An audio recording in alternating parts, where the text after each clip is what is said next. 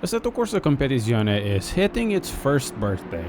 In that past year, it went through quite a lot, from a troubled early access and 1.0 release to a somewhat comfortable place in sim racing, providing what is considered probably one of the best physics in the market, if not the best for GT3s.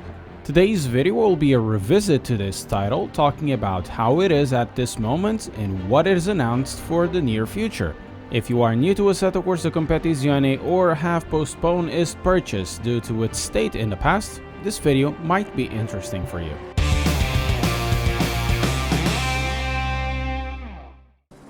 Assetto Corsa Competizione, as opposite to its older brother, the original Assetto Corsa, it's an exclusive GT title.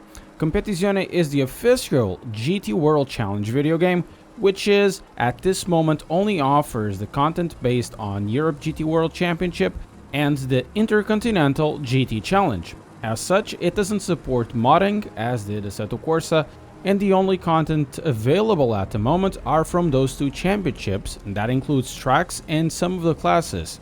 Currently, the cars available are from the 2018 and 2019 season for the GT3 classes, including the Evo spec of a few cars, as well as 15 tracks.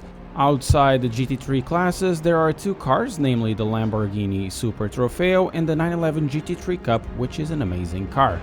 The content list is definitely limited at the moment, though it has been expanded through the IGTC DLC, and in the very near future there will be the addition of GT4 cars, and then another SRO championship, the British GT tracks. These are also welcome additions. Currently, Competizione is exclusive to the PC, but soon, which will be in the summer, it will come to the current generation of consoles, so PS4 and Xbox.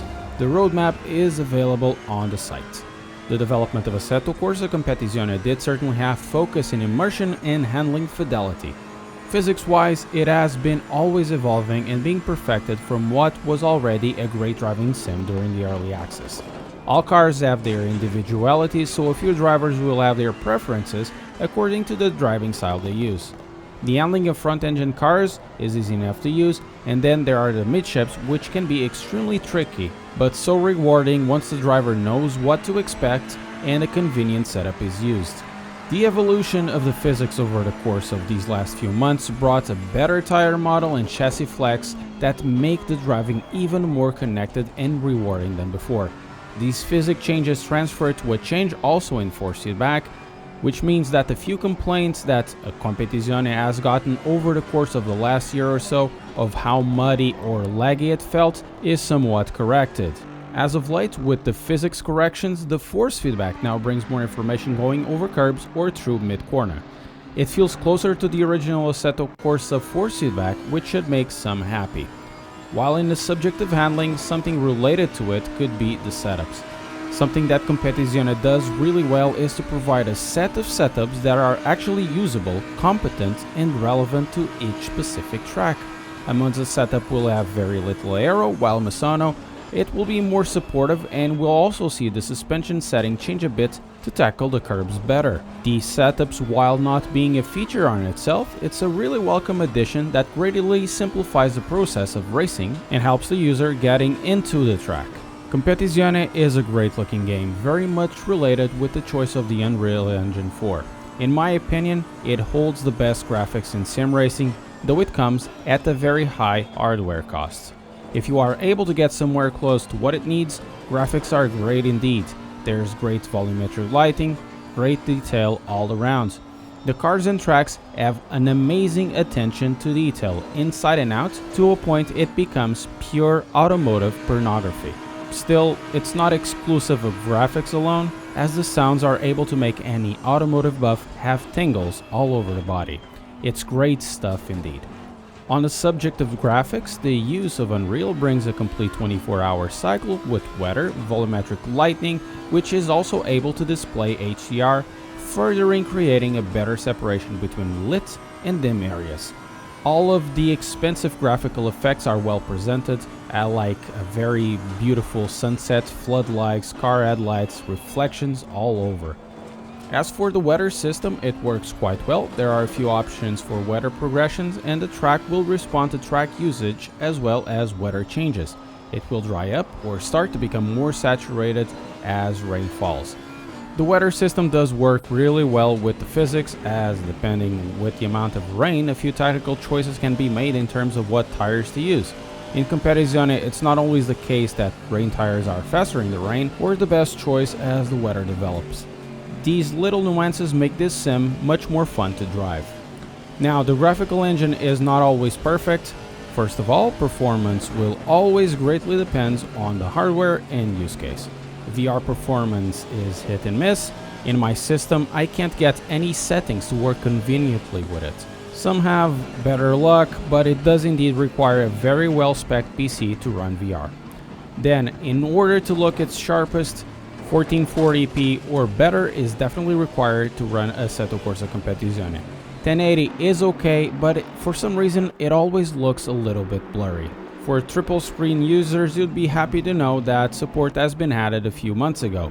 So if you haven't made the jump because of it, you should look again at Competizione. Before finishing the technical aspect of this video, the AI has gotten a lot of development attention. If you enjoy driving against the AI, I believe you're going to have fun with this. Furthermore, it runs on full physics, so it has a little more fidelity than most sims, but it comes at a very high CPU performance cost. Feature-wise, a few things changed too from last year. The career mode apparently has been improved and fixed some of its issues. Honestly, I never felt the need to try it after last year's review, so I couldn't bother to check it again as I never had fun with this. This means that the bulk of Competizione is the multiplayer, and this is somewhat of a mixed bag, though with better goodies than downsides this time. The multiplayer experience requires the driver to unlock some ratings, and that's really fairly straightforward, though it takes a bit of patience to unlock them all and get access to the competitive aspects of it. If you want to check out how to unlock and improve the trackers, check out the card above for a tutorial video on it.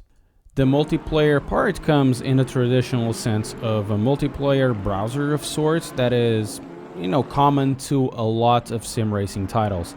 There's the aforementioned competitive, which is somewhat of the centerpiece of Competizione, and finally there's also special events presented in the front page, which are basically a leaderboard with challenge that changes every so often. The challenges are quite interesting, I must add, as they are not the fixed do your best lap, but offer different formats, either that be with weather, session lengths for consistency, and so on.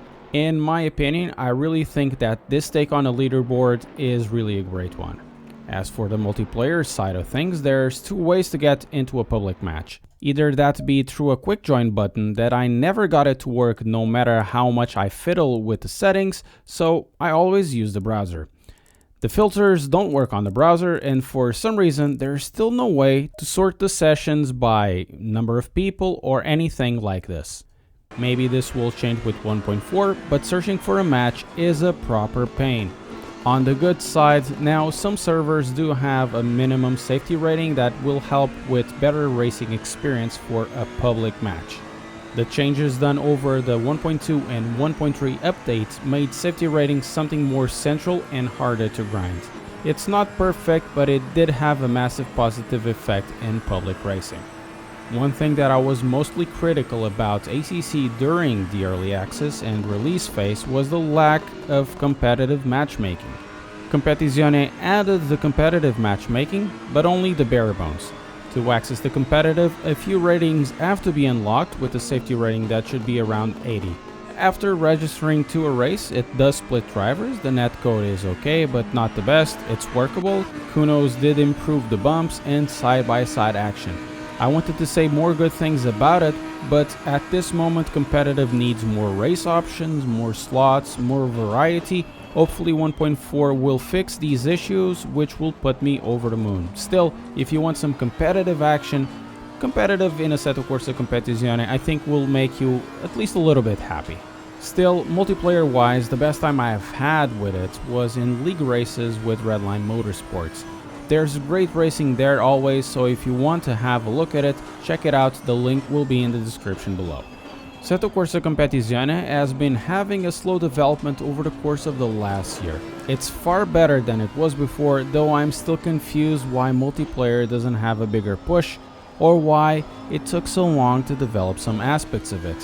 Hopefully it will get revised, as Competizione really deserves a more comprehensive competitive multiplayer.